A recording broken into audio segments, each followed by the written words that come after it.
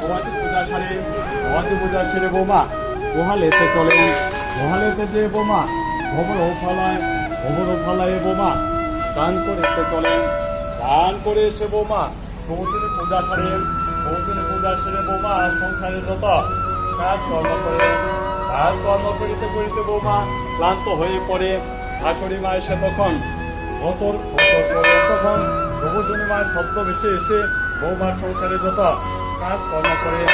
তাই শাশুড়ি মা যুগে যুগে এসে দেখে প্রভুজনী মায়ের সংসারে সব কাজকর্ম করেন। তখন বৌমা অশুভজনী মাকে তুলে নিলেন ঘরে। তাই বৌমার সংসার এখন ওনার সংসার হলেন। আবার বৌমার কোল জুড়ে ভোট ফুটিয়ে ওনার চান হলেন। তখন মায়ের আশীর্বাদে বৌমার সংসার পরিপূর্ণ হলে।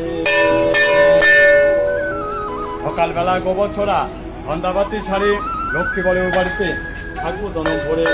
রাতের বেলায় ঘর ছড়িয়া বাইরে বাহির করে লক্ষ্মী দেবী কাটতে কাটতে বাড়ির বাইরে চলে। রাতের বেলায় আহার করে হাতের বাতের মাঝে হাতের ঘানা জনক লক্ষ্মী দেবী কাটে। রাতের বেলায় ভাতের বাতে শূন্য করে রাখে। ওই বাড়িতে দানা শূন্য অত দিনে আসে। বলছে করে কাপড় পরে বিসর্জনে রেখে তাহার সামনে কালেতেই দেবর থাকে। বাসে ঘর না ছড়িয়া পরিবাহী করে লক্ষ টাকা দেনা করে বাড়ির ভিটা ছাড়ে। সন্ধ্যাবাতির সময় বৌমা ঠাকুর ঘরে থাকে। লক্ষ্মী দেবীর আশীর্বাদে বৌমার সংসার করে। গলা কাপড় দিয়ে পুরুষ বাড়ির দিকে আসে। লক্ষ্মী দেবী সজাগ থাকে। কোমর দিদার করে ঘরের মতো পুরুষ মানুষ বাড়ির দিকে আসে।